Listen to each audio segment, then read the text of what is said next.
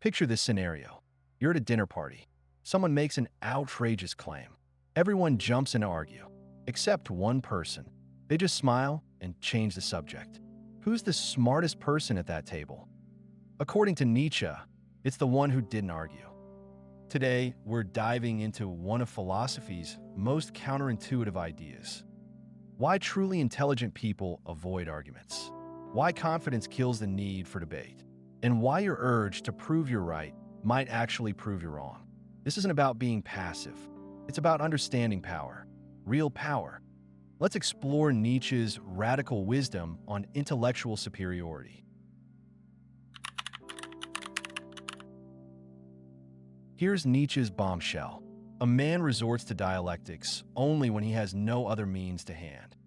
In other words, arguments are weapons of the weak. Think about it. When you argue most fiercely, when you're uncertain, when you're insecure, when you need others to validate your position. The confident person doesn't argue. They simply are. But wait, isn't arguing a sign of intelligence? Don't smart people love debates? Not according to Nietzsche. He saw something deeper, something most people miss. Arguments aren't about truth. They're about winning. They're about proving you're smart. About showing off. About feeding your ego. And here's the kicker. The moment you engage, you've already lost. Why? Because you've admitted you need their approval. You've shown that their opinion matters to you. You've revealed your insecurity. The truly confident person, they don't need to prove anything to anyone. Let's dig deeper into this radical idea.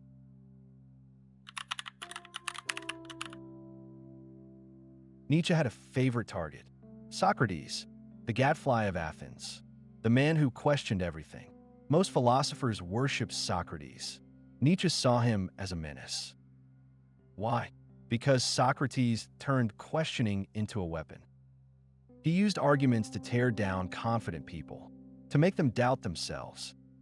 Picture this: a successful Athenian general, a man of action, someone who's won battles, built an empire, lived by his instincts. Enter Socrates. Tell me, what is courage? How do you define justice? Why do you believe what you believe? The general stumbles.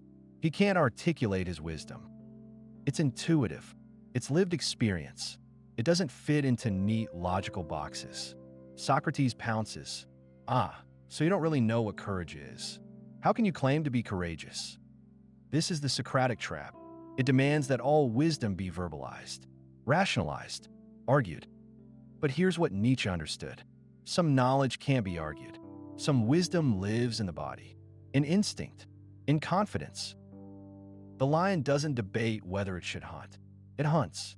The eagle doesn't argue about whether it should soar. It soars. Yet Socrates would have them justify every action, explain every instinct, rationalize every move. This is intellectual tyranny disguised as wisdom.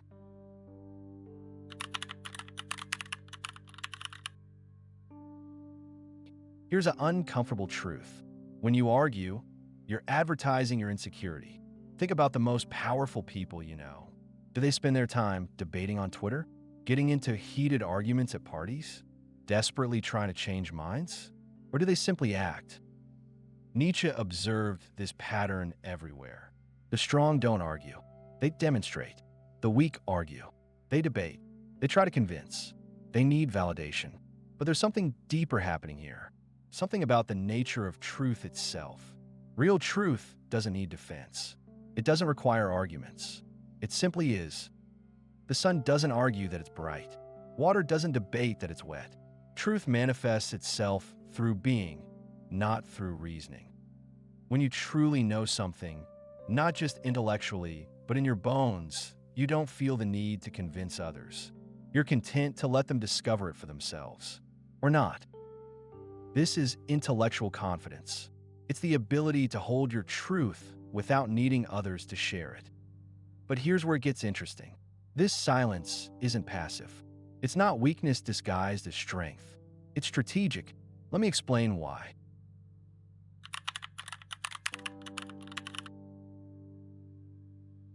Every argument reveals information about your position, your weaknesses, your triggers.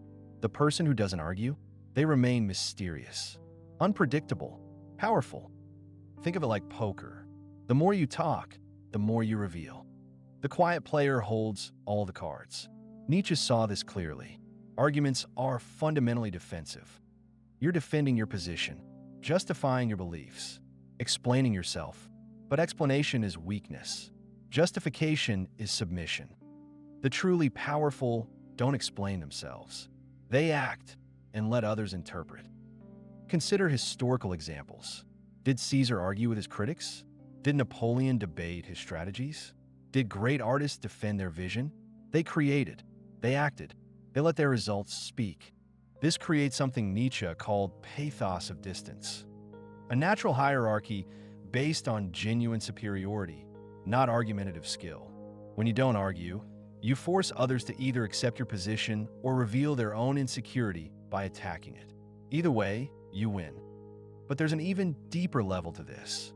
It's about the nature of influence itself. Real influence isn't about changing minds through arguments. It's about changing reality through action. The person who argues is trying to rearrange thoughts. The person who acts is rearranging the world, which is more powerful.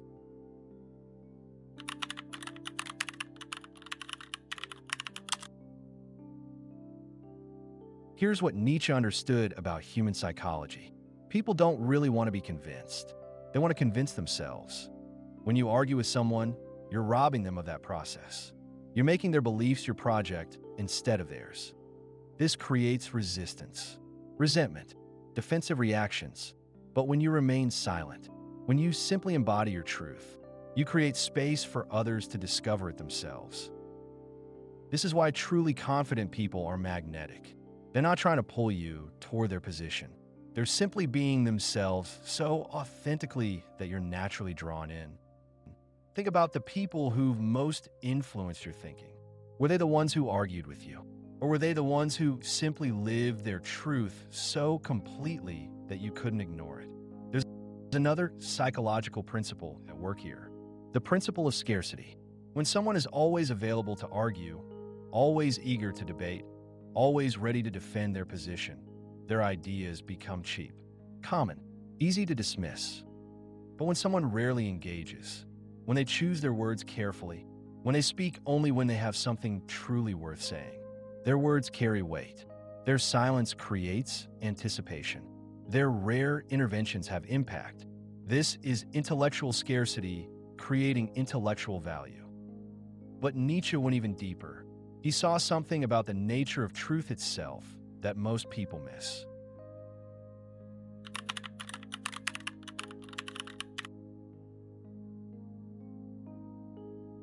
Here's Nietzsche's most radical insight. Most arguments aren't really about truth. They're about moral validation. People don't argue to discover what's true. They argue to prove they're good, right? Virtuous, on the correct side. This is what Nietzsche called the will to truth, masquerading as the will to power. You think you're seeking truth, but you're really seeking dominance. The truly superior person, they've moved beyond this game entirely. They're not interested in being right. They're interested in being effective, not in winning arguments, but in creating reality. This is what Nietzsche meant by beyond good and evil. It's not about being immoral. It's about transcending the need for moral validation from others. When you don't argue, you're saying something profound. You're saying, I don't need your agreement to know what I know. I don't require your validation to act on my convictions. This is terrifying to most people because most people live in constant need of external validation. They need others to confirm their beliefs, their choices, their worth. But the person who doesn't argue, they found an internal source of validation. They become their own authority. This is what Nietzsche called the free spirit, someone who's liberated themselves from the need for consensus, from the tyranny of popular opinion, from the exhausting game of constant justification. But here's the paradox. The moment you stop trying to convince others, you become infinitely more convincing.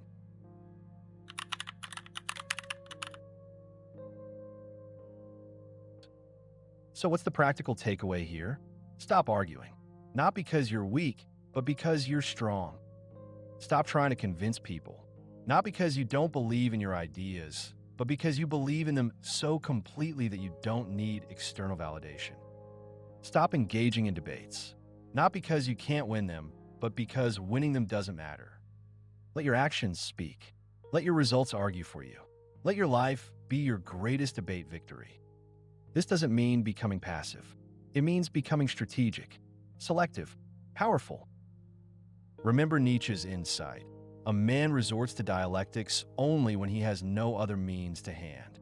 What means do you have to hand? What can you create? What can you build? What reality can you manifest? That's your real argument. That's your true power.